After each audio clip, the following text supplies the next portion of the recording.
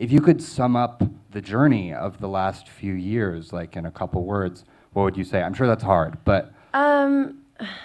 Absolutely mental, I think is a good place to start. I've never really spent more than a couple days in the same place. I've been traveling all over the world. I'm so grateful for all the experiences I've been given and all these amazing places that I've visited and all the crowds that I've experienced to, you know, to do really what I love. I'm just so thankful to the fans and to all the listeners that have really, you know, reacted and resonated with the music. At what point did you know that this was really what you wanted to do with your life and your career? When did you start tapping into that? At the very beginning? Well, my father was a musician, and my parents always played music around the house, and I feel like I was pretty spoiled just by constantly, you know, wherever I went, wherever, you know, whether we were at home, whether we were in the car, whether we went somewhere, there was always lots of music surrounding everything we did. And I feel like that was definitely a big and main part of my, you know, inspiration in wanting me to do, you know, me wanting to do music. It was probably also a big reason why I had no idea what my sound was, because my parents listened to British rock. I loved pop. I moved to Kosovo when I was 11 and everybody listened to hip hop. So it was all a big like mishmash of songs and genres and artists, and I guess, you know, it's also kind of served me quite well because I love all kinds of music. And what happened after you moved back? How did you sort of start making headway into the industry? It was all a very fortunate series of events that kind of got me to where I am, and he introduced me to my manager, Ben, and we had about maybe a 5-minute meeting, and I told him that I wanted to be as big as Madonna. And he was like, okay, all right, why don't you go into the studio tomorrow? And that was it. And wow. I was in the studio 5 days a week.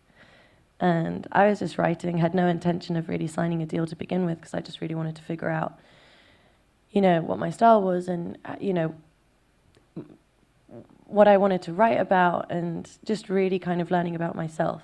What kinds of points of inspiration did you have, you know, musically, visually, at that stage? Was there stuff you were listening to or things that you grew up on that were like formative influences for you? Madonna, maybe. I mean, you gotta love Madonna. Yeah. But absolutely. But for me, it was Pink and Nelly Furtado. Wow. And they were the first 2 albums that I learnt off by heart. It was the Misunderstood album by Pink. Great album. And Whoa Nelly by Nelly Furtado. Yeah. And I guess I was so young, I consumed music in a different way. I didn't really know any of the music videos. It was all about learning all the songs from the first track to the last one with a little album booklet with all the lyrics in it, making sure that I knew every single word, singing along every single second of my day, making up dance routines in my living room, driving my parents mental. But at the same time, it was just, they were just my absolute favorite. I loved how they sounded. And there are just certain parts which I, even to this day, you know, I listen back to those albums and I can still sing them word by word. And I even, like, there's this one song in Nelly Furtado's album called Baby Girl. And it's so, I don't know why this, like, one thing sticks out in my mind, but there was this whispery part at the beginning of the song where the guitar starts and she just goes, come here.